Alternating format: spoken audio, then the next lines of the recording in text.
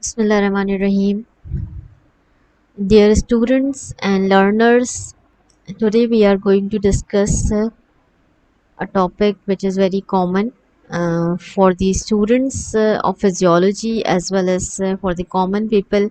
Everyone want to know what is anemia and what are different categories of anemia, types of anemia, causes of anemia, and ultimately what is the physiological effect of anemia. So today we will touch this topic very briefly.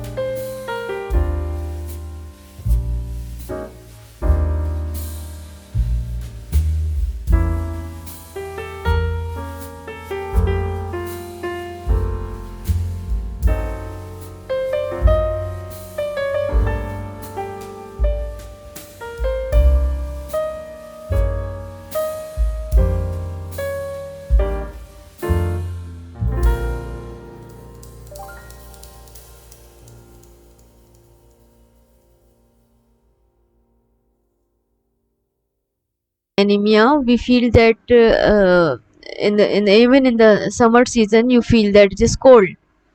Cardiorespiratory disturbances, insomnia means you feel difficulty in your sleeping. Neuromuscular disorders can be occur because of the anemia. Cutaneous disturbance will occur. Now come to the causes of anemia. What are the common causes? Causes of the anemia include increased hemoglobin loss, menstrual cycle, and bleeding due to tissue injury. In both the cases, hemoglobin loss can be occur. Increased destruction of red blood cells, decrease hemoglobin production. Decrease hemoglobin production because of deficiency of iron, folic acid, and vitamin B12. All these can be causes of anemia. Now come to the types of anemia. There are a variety of anemia categorized on different types of basis. But here we will have the common types of anemia. Blood loss anemia. Blood loss anemia is also known as hemorrhage. In the chronic blood loss, a person frequently cannot absorb iron from the intestine to form hemoglobin as rapid as it is lost because of chronic blood loss. So this is the blood loss anemia. The red blood cells thus produced are of much smaller size and have too little hemoglobin. This gives rise to hypochromic anemia. In the case of blood loss anemia, blood cells can be lost through bleeding, which can occur slowly over a long period of time and can often go undetected. This kind of chronic bleeding commonly results from the following. Means you see the blood loss can be occurred due to menstrual cycle, it can be occurred due to the injury, but the sometimes bleeding is going on inside our body, but we are unaware of that.